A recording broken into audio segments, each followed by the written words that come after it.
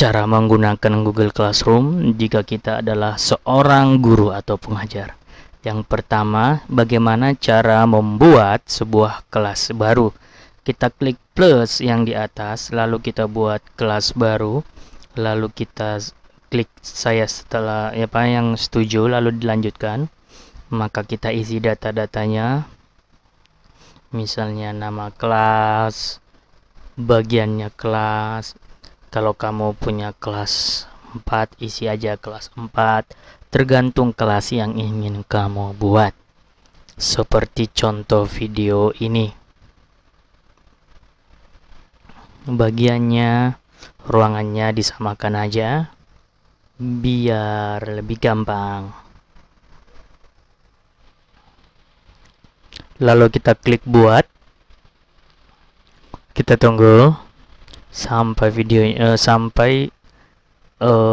Google Class-nya membuat kelas tersebut. Jika sudah, maka akan muncul seperti ini kelas yang kita buat.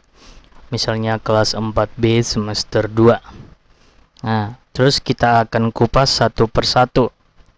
Kita kupas satu persatu, dimulai dari pengaturan.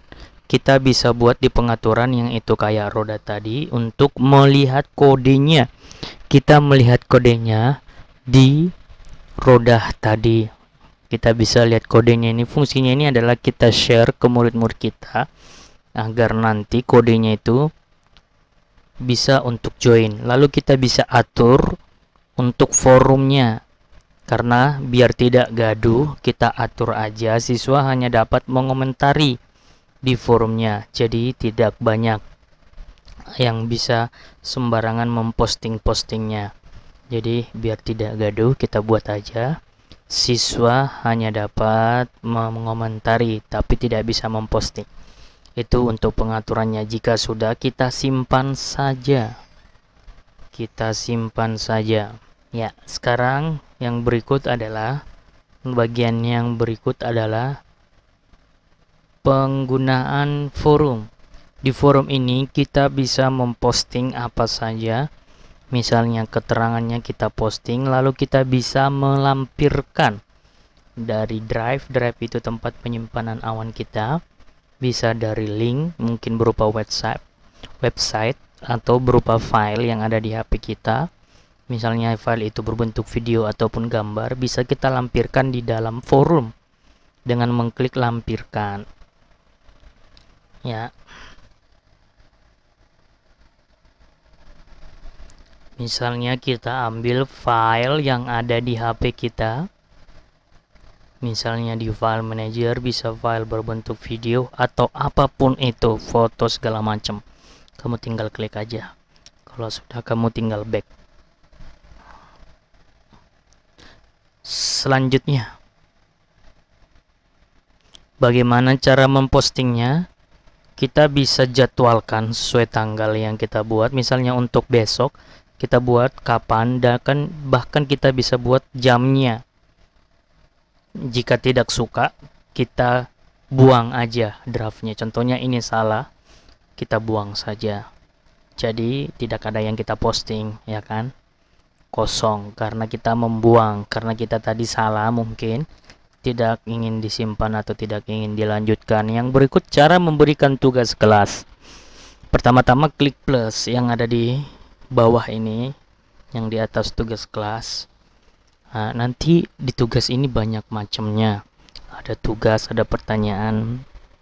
Di tugas ini kamu tinggal buat keterangannya. Keterangannya apa? Diisi keterangannya.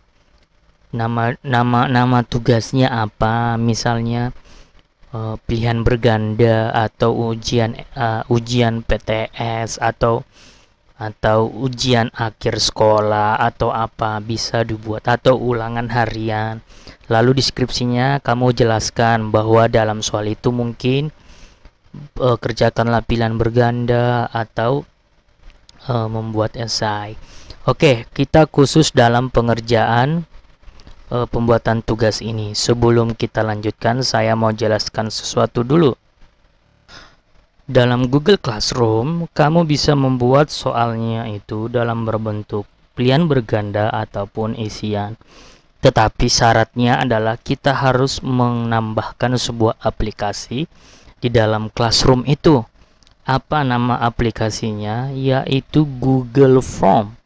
Jika kamu pengguna HP Android ataupun App Store, mau tidak mau kamu harus download secara terpisah dengan Google Classroom.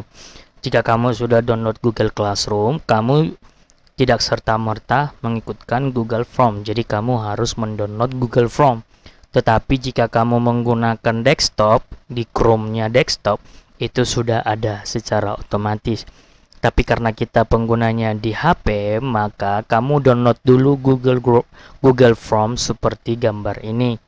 Maka kita nanti akan bisa membuat soal pilihan berganda ataupun isiannya. Untuk videonya nanti khusus kita bahas cara penggunaan Google Form. Sekarang kita lanjutkan dulu bagaimana cara penggunaan Google Classroom Oke, kita lanjutkan yang tadi untuk Google Classroom. Untuk Google Form nanti kita buat video khusus.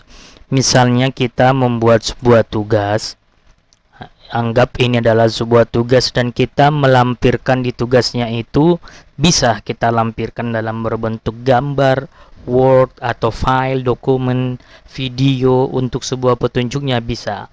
Lalu cara mengirimnya sama seperti forum tadi, bisa langsung kita kirim atau bisa kita jadwalkan, tergantung mana kita ingin mengirimnya. Apakah ingin dijadwalkan mungkin besok dengan jam sekian atau kita pengen langsung kirim di saat itu juga. Itu untuk pembuatan tugas.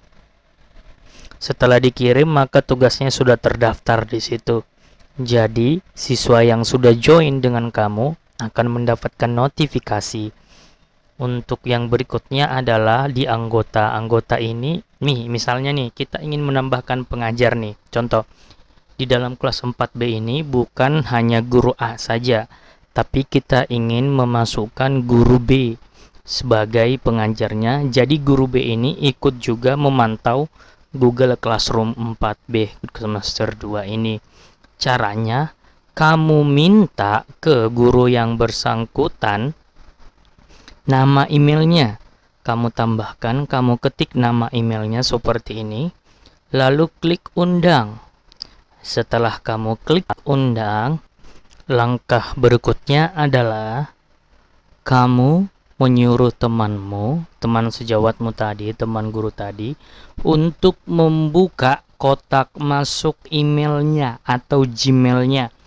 Dicari Gmailnya, nanti akan ada kotak masuk undangan. Contohnya seperti ini.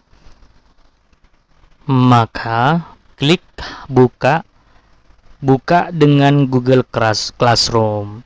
Hanya sekali saja diklik, nanti loading, temanmu akan diarahkan di Google Classroom-nya dia, dan Google Classroom-mu yang tadinya namanya cuman ada kamu, sekarang nama pengajarnya jadi 2 seperti ini. Nah, jadi kalian yang mungkin satu paralel bisa memantau kelas tersebut. Jadi di dalamnya ada 2 guru. Jadi seperti itu kira-kira. Kita bisa melihat daftar kelas dari garis 3 yang ada di sudut kanan kiri.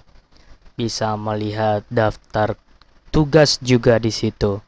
Jadi kita bisa melihat kelas kita, udah berapa kelas yang kita buat, tugas, dan notifikasi ada. Misalnya jika ada murid kita yang beri komentar atau memberikan sesuatu, kita bisa lihat di notifikasi. Seperti ini contohnya. Jadi kita bisa lihat notifikasinya. Jadi secara singkat seperti itu penggunaan Google Classroom. Nantinya kita akan lebih spesifikasi cara membuat soal dengan Google Classroom melalui aplikasi Google Form. Seperti itu kira-kira. Terima kasih.